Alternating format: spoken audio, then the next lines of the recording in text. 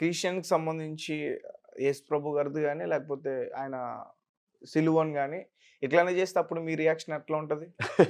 అసలు మీకు ఇక్కడ ఒక విషయం చెప్పాలి నేను. మీరు అంగీకరిస్తారో లేదో. హ్మ్.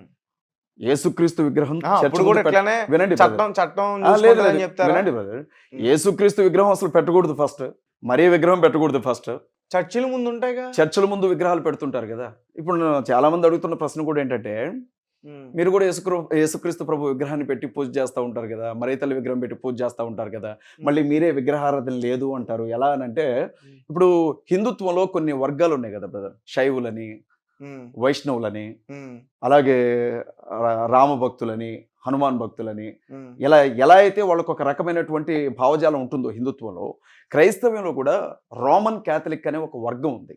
హ్మ్. వాళ్ళు ఏం చేస్తారంటే, యేసుక్రీస్తు ప్రభువు స్వరూపాన్ని ప్రతిమలాగా మార్చాలని ప్రయత్నించారు వాళ్ళు. వాళ్ళు ఏ దేశానికి వెళితే ఆ దేశంలో ఉండే ఆచారాలు, సాంప్రదాయాల్లోనికి క్రైస్తవ్యాన్ని తీసుకెళ్ళడం కోసం ప్రయత్నం చేస్తూ ఉంటారు వాళ్ళు.